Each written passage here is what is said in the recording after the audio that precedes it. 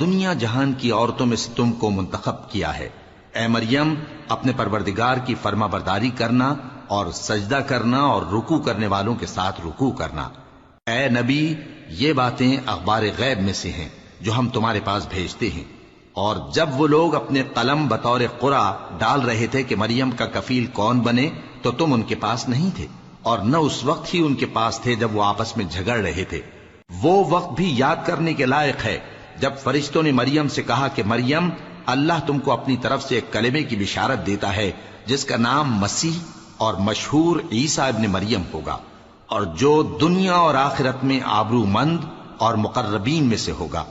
اور ماں کی گود میں اور بڑی عمر کا ہو کر دونوں حالتوں میں لوگوں سے یکساں گفتگو کرے گا اور نیکوکاروں میں ہوگا۔ مریم نے کہا کہ پروردگار، میرے ہاں بچہ کیوں کر ہوگا کہ کسی انسان نے مجھے ہاتھ تک تو لگایا نہیں۔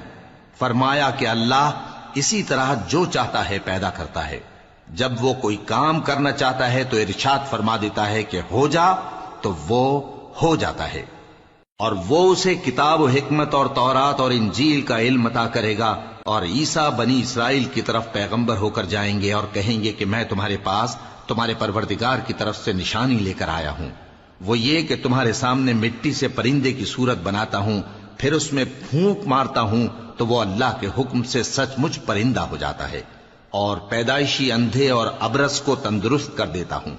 اور اللہ کے حکم سے مردوں کو زندہ کر دیتا ہوں، اور جو کچھ تم کھا کر آتے ہو اور جو اپنے گھروں میں جمع کر رکھتے ہو سب تم کو بتا دیتا ہوں۔ اگر تم صاحب ایمان ہو تو ان باتوں میں تمہارے لیے نشانی ہے، اور مجھ سے پہلے جو تورات نازل ہوئی تھی اس کی تصدیق بھی کرتا ہوں، اور میں اس لیے بھی آیا ہوں کہ بعض چیزیں جو تم پر حرام تھیں ان کو تمہارے لیے حلال کر دوں، اور میں تو تمہارے پروردگار کی طرف سے نشانی لے کر آیا ہوں۔ تو اللہ سے ڈرو اور میرا کہا مانو، کچھ شک نہیں کہ اللہ ہی میرا اور تمہارا پروردگار ہے، تو اسی کی عبادت کرو، یہی سیدھا رستہ ہے۔ پھر جب عیسیٰ نے ان کی طرف سے انکار و نافرمانی ہی دیکھی تو کہنے لگے کہ کوئی ہے جو اللہ کا طرفدار اور میرا مددگار ہو؟ حواری بولے کہ ہم اللہ کے طرفدار اور آپ کے مددگار ہیں، ہم اللہ پر ایمان لائے اور آپ گواہ رہیں کہ ہم فرما بردار ہیں۔ اے پروردگار، جو کتاب تو نے نازل فرمائی ہے ہم اس پر ایمان لے آئے اور تیرے پیغمبر کے متبع ہو چکے۔ تو ہم کو ماننے والوں میں لکھ رکھ، اور وہ یعنی یہود قتل عیسیٰ کے بارے میں ایک چال چلے، اور اللہ نے بھی عیسیٰ کو بچانے کے لیے تدبیر کی، اور اللہ بہترین تدبیر کرنے والا ہے۔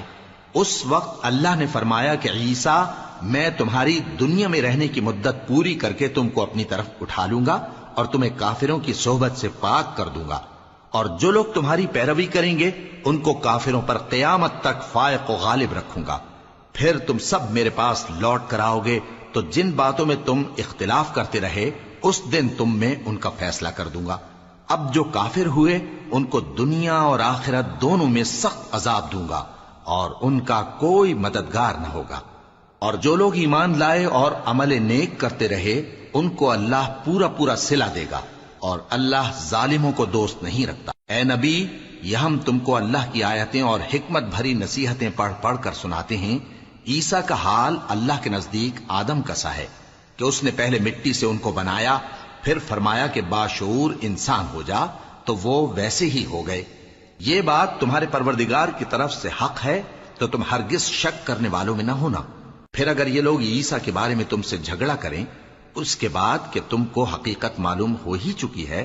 تو ان سے کہنا کہ آؤ ہم اپنے بیٹوں اور بیٹیوں کو بلائیں، تم اپنے بیٹوں اور بیٹیوں کو بلاؤ، اور ہم خود بھی آئیں اور تم خود بھی آؤ، پھر دونوں فریق اللہ سے دعا و التجا کریں، اس طرح جھوٹوں پر اللہ کی لعنت بھیجیں۔ یہ تمام بیانات صحیح ہیں، اور اللہ کے سوا کوئی معبود نہیں، اور بے شک اللہ غالب ہے، صاحب حکمت ہے۔ بس اگر یہ لوگ پھر جائیں تو اللہ مفسدوں کو خوب جانتا ہے۔ کہہ دو کہ اے اہل کتاب، جو بات ہمارے اور تمہارے دونوں کے درمیان یکساں تسلیم کی گئی ہے اس کی طرف آؤ، وہ یہ کہ اللہ کے سوا ہم کسی کی عبادت نہ کریں اور اس کے ساتھ کسی چیز کو شریک نہ بنائیں، اور ہم میں کوئی کسی کو اللہ کے سوا اپنا کارساز نہ سمجھے۔ پھر اگر یہ لوگ اس بات کو نہ مانیں تو ان سے کہہ دو کہ تم گواہ رہو کہ ہم اللہ کے فرما بردار ہیں۔ اے اہل کتاب، تم ابراہیم کے بارے میں کیوں جھگڑتے ہو، حالانکہ تورات اور انجیل ان کے